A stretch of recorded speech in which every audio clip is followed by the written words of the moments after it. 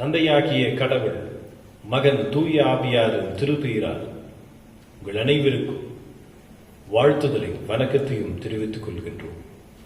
நம்ம யாவரும் இணைந்து ஆண்டவரின் திருக்கண்களை நோக்கி மன்றாடுவோம். எங்கள் வேண்டுதலை கேட்கின்றவரும் எங்களுக்கு மறு உத்தரவு செய்கின்றவருமாயிருக்கிற ஆண்டவரே, உடைய திரு சமூகத்தை நோக்கி நாங்கள் நன்றி படைக்கிறோம், வாழ்த்துகிறோம், போற்றுகின்றோம். நீர் எங்கள் வாழ்வில் போதுமானவராக இருந்து எங்களுக்கு வேண்டியதை நேர்த்தியாய் செய்து முடிக்கிறவராக இருந்து நாங்கள் சந்திக்கிற வாழ்வின் சூழலோடும் நாங்கள் எதிர்கொள்ளுகின்ற மக்களோடும் நாங்கள் கடந்து வருகிற பாதையோடும் நீர் எங்களோடு பிரசன்னராயிருந்து எங்களை பலப்படுத்தி சகல சத்தியத்திற்குள்ளும் வழிநடத்துகிறோமுடைய தூய சமூகத்தை நோக்கி பார்க்கிறோம். இந்த இறை தொழுகை எங்கள் உடலையும் உயிரையும் ஆத்மாவையும் உமக்குள்ளாக நிலைத்திருக்கத்தக்கதாக, உம்முடைய கனிகளை எங்கள் வாழ்வில் வெளிப்படுத்தத்தக்கதாக நீர் சகாயம் புரிந்தருளுமாறு மன்னவர் இயேசு பெருமான் வழியாய் வேண்டி நிற்கிறோம் எங்கள் தந்தையாகிய கடவுளே. ஆண்டவரின் சமூகத்தை நாம் பிரசன்னத்தோடு நோக்கி பார்ப்போமாக. அன்னை மரி சூதனை புல்மீது அமர்ந்து கழுதவனை, அன்னை மரி சூதனை புல்மீது அமர்ந்து கழுதவனை, முன்னனை மீதுற்ற சின்ன குமாரனை, முன்னனை மீதுற்ற சின்ன குமாரனை, முன்னுரை நூற்படியின் நீளம் தோற்றோனை, முன்னுரை நூற்படியின் நீளம் தோற்றோனை, தோத்திரம் செய்வேனே ரட்சகனை, தோத்திரம் செய்வேனே ரட்சகனை, தோத்திரம் செய்வேனே. செம்பனூருவானை தேசியர்கள் தேடும் குருவானை, செம்பனூருவானை தேசியர்கள் தேடும் குருவானை, அம்பரமேவிய உம்பர்கணத்தோடு, அம்பரமேவிய உம்பர்கணத்தோடு அன்பு பெருன் நின்று பை பொன்மல தூவி, அன்பு பெருன் நின்று பை பொன்மல தூவி, தோத்திரம் செய்வேனே ரட்சகனை, தோத்திரம் செய்வேனே ரட்சகனை, தோத்திரம் செய்வேனே. அன்புக்குரியவர்களே, இந்த மனமகிழ்ச்சி நிறைந்த காலை வேளையில் ஆண்டவரின் திருவார்த்தையை கேட்கும்படியாக அமர்ந்திருக்கிற நம்முடைய ஆத்மாவிற்கும் உயிருக்கும் அனுகூலமான பலனுமாய் இருக்கிற கடவுளுடைய பிரசனம் நம்மை சகல சத்தியத்திற்குள்ளும் வழிநடத்தி வருகிறது என்பதை நம்மால் உணர முடிகிறது என்று சொன்னார். ஆண்டவர் நம்மை வழிநடத்தி கொண்டிருக்கிறார் என்கின்ற பலன் நம்மை ஆட்கொள்ளுகிறது என்பதை நாம் எப்பொழுதும் நினைவில் கொள்ளும்படியாக அழைக்கப்பட்டிருக்கிறோம்.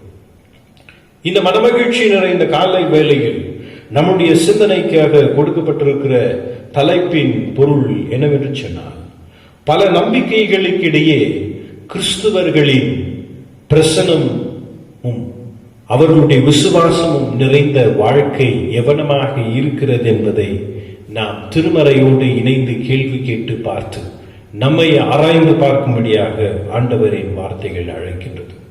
Christian presence in multi faith society. பன்முக சமுதாய வாழ்வில் நாம் கிறிஸ்துவின் மீது வைத்திருக்கிற விசுவாசத்தை நாம் எவனமாக வெளிப்படுத்தி கொண்டிருக்கிறோம் என்று நம்மை நாமே ஆராய்ந்து பார்க்கும்படியாக அழைக்கப்பட்டிருக்கிறோம். அன்பானவர்களே, நாம் வாழ்ந்து கொண்டு வருகிற சமூக வாழ்வில் பல்வேறு மக்கள் இருக்கிறார்கள். அதிலே நாம் இந்துக்கள் இருக்கிறார்கள், இஸ்லாமியர்கள் இருக்கிறார்கள், ஜெயின மதத்தை சார்ந்தவர்கள் இருக்கிறார்கள், தெய்வ நம்பிக்கை அற்றவர்கள் இருக்கிறார்கள், கடவுள் நம்பிக்கை உள்ள மக்கள் இருக்கிறார்கள். இப்படி பலதரப்பட்ட மக்கள் வாழுகிற சமூக வாழ்வில் நாம் வாழ்ந்து கொண்டு வருகிறோம். இத்தகைய சமூக வாழ்வில் கிறிஸ்தவர்களாய் இருக்கிற நம்முடைய வாழ்வும் நம்முடைய விசுவாசமும் ஆண்டவரின் சத்தியத்தை நாம் உள்ளதை உள்ளபடியாகவும் அதை நம்முடைய வாழ்வில் செயல்முறையாக செயல்படுத்தி காட்டி கடவுளுடைய பிரசன்னம் மற்றவர்களிடையே வெளிப்படும்படியாக இருக்க வேண்டும் என்று ஆண்டவர் நம்மை அழைக்கின்றார். ஆனால் இன்றைக்கு நம்முடைய வாழ்வு, இன்றைக்கு பன்முக சமுதாய வாழ்வில் நாம் வாழ்ந்து கொண்டிருக்கிற வாழ்வை யோசித்து பார்க்கிற போது கிறிஸ்தவர்களுடைய வாழ்வு பல்வேறு சவால்களுக்குள்ளாகவும் இன்னல்களுக்குள்ளாகவும் துன்பங்களுக்குள்ளாகவும் கடந்து செல்லுகின்றன. ஆனால் ஆண்டவர் நம்மோடு இருப்பதினால் நாம் உலக வாழ்வில் நமக்கு இடையூறுகளுக்கு இடையே நாம் வெல்லுகிறவர்களாய் ஆண்டவர் வழிநடத்தி வருகிறார் என்பதை நாம் நினைவில் கொள்ள வேண்டும். முதலாவதாக ஆண்டவர் இந்த பன்முக சமுதாய வாழ்வில் நம்மை கடவுளுடைய பிரதிநிதியாளர்களாக நின்று பேச வேண்டும் என்று அழைக்கின்றார். கடவுளுடைய பிரதிநிதியாளர்களாக நின்று நாம் பேசவும் செயல்பட வேண்டும் என்பதை ஆண்டவரின் வார்த்தை நமக்கு அழைப்பினை தருகிறது. ஒருவேளை நாம் தானியேலின் நூலை படிப்போம் என்று சொன்னால், முதலாவது அதிகாரம் 1-21 வரையில் அடங்கியிருக்கிற ஆண்டவரின் அருள் வார்த்தைகளை பார்ப்போம் என்றால், தானியேல் ஒரு விசுவாசத்தின் மகனாக கடவுளுடைய பிரதிநிதியாளராக செயல்படுகின்றவராக இருக்கின்றார். யூதாவின் ராஜாவாகிய யோயாக்கீமும் அவருடைய கீழாக அரசாட்சி செய்யப்பட்ட எருசலேமும் யூத ஜனங்களும் நேபுகாத்நேச்சரால் சிறை பிடிக்கப்படுகிறார்கள். அதிலும் கல்விமான்கள், புத்திமான்கள், சிறந்த நிபுணர்களாய் இருக்கிறவர்களை நேபுகாத்நேச்சார் அவர்களை தம்முடைய தேசத்திற்கென்று எடுத்து சென்று விடுகிறதை நாம் இந்த அதிகாரத்தில் பார்க்கிறோம். அப்படி இவர்கள் எடுத்து செல்லுகிறவர்களாய் இருக்கிற தானியேல், அவரோடு இருக்கிற மற்ற மனிதர்களும் கடவுளுடைய பிரதிநிதியாளர்களாக, கடவுளுடைய குரலாக வேறொரு நம்பிக்கை உள்ள மக்கள், வேறு தெய்வங்களை வழிபடுகிற மக்களிடையே அவர்கள் கடவுளுடைய பிரதிநிதியாளர்களாக மாத்திரமல்லாமல் கடவுளுடைய விசுவாசத்தின் பாதையிலே நடந்து செல்வதை தவறாமல் அதிலே உறுதியாய் நிற்கிறவர்களாய் இருக்கிறார்கள். இன்றைக்கு நாம் ஒருவேளை பன்முக சமுதாய வாழ்விலே வாழ்ந்து கொண்டு வருகிறோம். நமக்குள்ளாக பல்வேறு கேள்விகள் வரலாம். ஆனால் இந்த அதிகாரத்தின் ஊடாய் நாம் பார்ப்போம் என்று சொன்னால், யூதா புத்திரராகிய தானியேல், அனனியா, மிஷாவேல், அசரியா என்பவர்கள் அவர்களுடைய இருதயங்களை அவர்கள் மிகவும் பக்குவப்படுத்திக் கொண்டார்கள். அவர்கள் வேறொரு சமுதாயத்துக்குள்ளாக கடந்து சென்ற போதிலும் அந்த மனிதர்களோடு அல்லது அவர்களுடைய செயல்பாடுகளோடு அவர்கள் ஒத்த வேஷம் தெரியாதபடி கடவுளுடைய சத்தியத்திற்கு துணை நின்றார்கள்.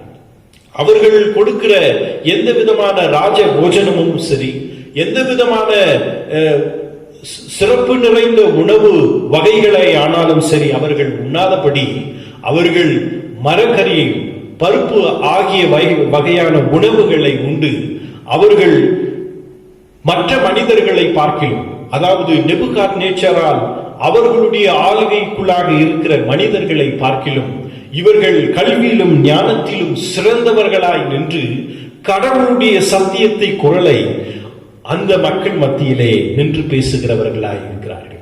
இன்றைக்கு கிறிஸ்தவர்களாகிய இருக்கிற நம்முடைய வாழ்வை சற்று யோசித்து பார்ப்போம் என்று சொன்னால், நாம் வேறு ஒரு சமுதாயத்தில் இருக்கிற போது நம்முடைய பிரசனமானது நாம் வேறு மதத்தின் மக்கள் மத்தியிலே கிறிஸ்துவின் பிரசனத்தை பிரகாசிக்கப்படுகிறவர்களாய் நம்முடைய வாழ்க்கை, நம்முடைய சொற்கள், நம்முடைய செயல்பாடுகள் பேச வேண்டும் என்று ஆண்டவர் அழைக்கிறார்.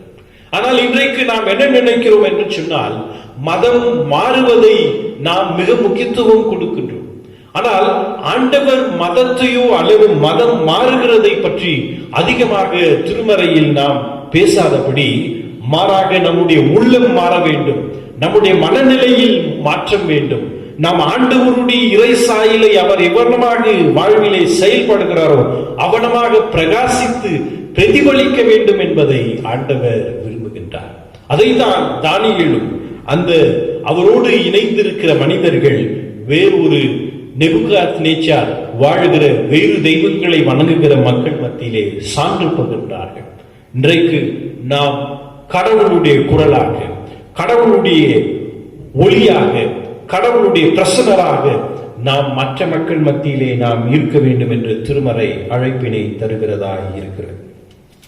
இரண்டாவதாக, நம்முடைய வாழ்வு வேற்று தெய்வங்கள் இருக்கிற அல்லது பல்வேறு மதங்கள் நிறைந்த, கலாச்சாரங்கள் நிறைந்த, மொழிகள் நிறைந்த, இனங்கள் நிறைந்த சமுதாயத்தில் வாழ்ந்து வருகிற நம்முடைய வாழ்வு அணுகுமுறையில் மாற்றம் வேண்டும் என்று திருமறை அழைப்பினை தருகிறது. நம்முடைய வாழ்வில் அணுகுமுறை மிக முக்கியமானதாக இருக்கிறது. ஏனென்றால் நம்முடைய வாழ்வு ஒருவேளை மாற்றம் அடைந்து விட்டது, நான் புதுமை அடைந்து விட்டு கிறிஸ்துவின் சாயலை நான் என்னுடைய வாழ்விலே சிறுவயது முதல் கொண்டு நான் அதை வெளிப்படுத்தி வருகிறேன் என்றெல்லாம் நாம் பேசலாம். ஆனால் ஆண்டவர் இன்றைக்கு நம்முடைய வாழ்வின் ஒரு சிறிய அணுகுமுறையில் மாற்றத்தை நாம் ஏற்படுத்துகிற போது அது பெரிய மாற்றத்தை சமுதாய வாழ்விலே ஏற்படுத்துகின்றது. ஒரு தனி மனிதனின் வாழ்விலே ஏற்படுகிற மாற்றம் அது குடும்ப வாழ்விலே மாற்றத்தை ஏற்படுத்துகிறது, பிள்ளைகளுடைய வாழ்விலே மாற்றத்தை ஏற்படுத்துகிறது, ஒரு பெரிய சமுதாயத்திலே மாற்றத்தை ஏற்படுத்துகிறதா இருக்கிறது.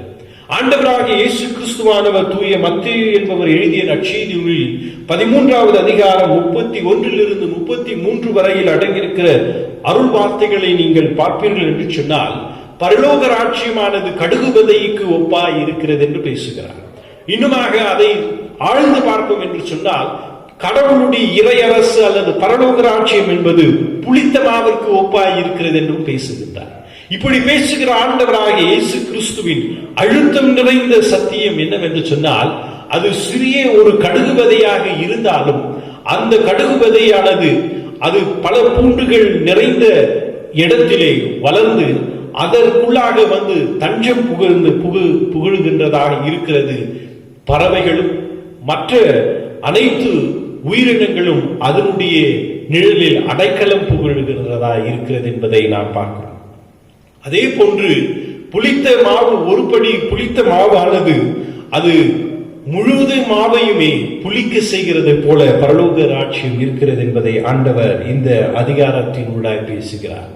அன்பானவர்களே, இதை பேசுகிற போது ஆண்டவர் எதை சொல்லுகிறார் என்று சொன்னால், அறியாத கடவுளுடைய இறையரசை அவர் அறியும்படியாக மக்களுக்கு எளிதான முறையில் இந்த உவமைகளின் வழியாக கடவுளுடைய சத்தியத்தை மனுஷகுமாரனாய் இருக்கிற இயேசு கிறிஸ்துவானவர் அன்று காலத்தில் எடுத்து உரைத்தவராயிருக்கிறார்.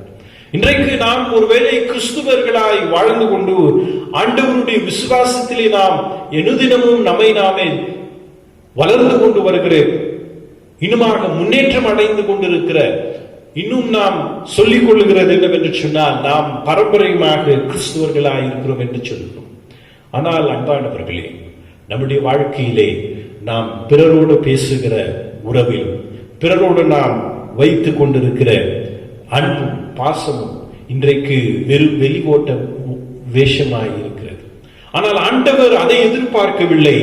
மாறாக நம்முடைய வாழ்வும், நம்முடைய எண்ணமும், நம்முடைய செயல்பாடுகளும் அனைத்திலுமே கிறிஸ்துவின் மாதிரியின் அணுகுமுறையை நாம் வாழ்வு வெளிப்பட வேண்டும் என்று எதிர்பார்க்கிறோம்.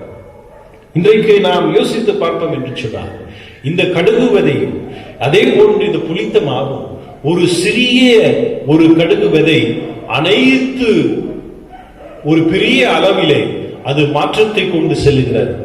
ஒரு அனைத்து உயிரினங்களுக்கு அது ஆதரவாய் இருக்கிறது. அனைத்து பூண்டு செடிகளை பார்க்கிலும் அது உயர்வாக வளர்கிறது. இப்படி ஆண்டவர் அதை குறித்து மேன்மை பாராட்டி பேசுகிறார். அதே போன்று புளித்த மாவையும் குறித்து, ஒரு சிறிய அளவு புளித்த மாவு முழுவதையும் புளிக்க செய்கிறது. அது உணவாக மாறுகிறது, அது வாழ்வுக்கு ஆதாரமாக மாறுகிறதா இருக்கிறது என்பதை ஆண்டவர் தெளிவுபடுத்தி பேசுகிறார். அதுபோலதான் நம்முடைய வாழ்வு. ஒருவேளை நாம் இந்த உலகத்திலே ஒரு சிறிய மனிதராக நாம் இருக்கலாம். ஆனால் நாம் சிறியவர்களாய் இந்த உலக வாழ்விலே இருந்தாலும் நம்மை ஆண்டவர் தாழ்த்துகிற போது நம்மை பெரியவர்களாக அநேகருடைய கண்களுக்கு முன்பாக நம்மை மாதிரியாக நம்மை வைக்கின்றவராய் இருக்கிறார் என்பதை நினைவில் படுத்திக் கொள்ள அழைக்கப்படுகிறோம். ஒருவேளை இன்றைக்கு நாம் பல மதங்கள் நிறைந்த சமுதாயத்தில் வாழ்ந்து கொண்டு வருகிறோம். ஒருவேளை நாம் கிறிஸ்துவ வரலாற்றை சற்று திருப்பி பார்ப்போமே என்று சொன்னால், 17ஆம் நூற்றாண்டில் வாழ்ந்து வந்த ராபர்ட் டி நோபிலி என்பவர் ஒரு ஆங்கிலேய கத்தோலிக்க பாதிரியார். அவர் இந்திய தேசத்திற்கு வந்து குறிப்பாக தமிழர்களிடையே கிறிஸ்துவத்தை அவர் வெளிப்படுத்த வேண்டும், கிறிஸ்துவ மதத்தை பரப்ப வேண்டும் என்று பல முயற்சி செய்தார்.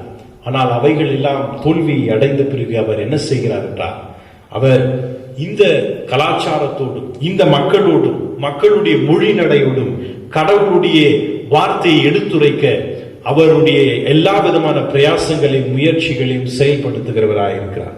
ஆகவேதான் அவர் பயன்படுத்திய வார்த்தைகளை சற்று நாம் யோசித்து பார்ப்போம் என்றால், அருள் என்று பயன்படுத்தினார், பிரசனம் என்று அவர் உருவாக்கினார், திருமறையை என்று சொல்லுகிற இந்த வார்த்தையை அவர் சொன்ன வார்த்தை என்னவென்று சொன்னால் வேதாகமம் என்ற வார்த்தையை உருவாக்கினார். பூசை என்ற கோவில் மக்கள் மொழிநடையை பயன்படுத்தி பூசை என்று சொல்லுகின்ற மாஸ் என்று சொல்லுகிற வார்த்தைக்கு அவர் கிறிஸ்துவ மொழிநடையிலே வெளிப்படுத்தி பேசினார்.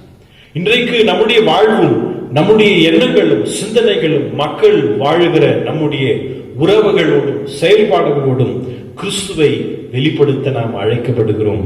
அதிலே நாம் தனித்தன்மை நிறைந்த கிறிஸ்துவின் மாதிரியின் சாயலை வெளிப்படுத்த அழைக்கப்பட்டிருக்கிறோம்.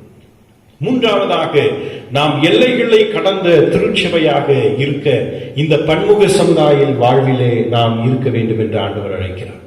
அப்போஸ்தலனாகிய பவுலுடைய வாழ்வை நாம் பார்ப்போமே என்று சொன்னால், அவர் அத்தேனியு பட்டணத்திற்குள்ளாக கடந்து செல்கிறார்.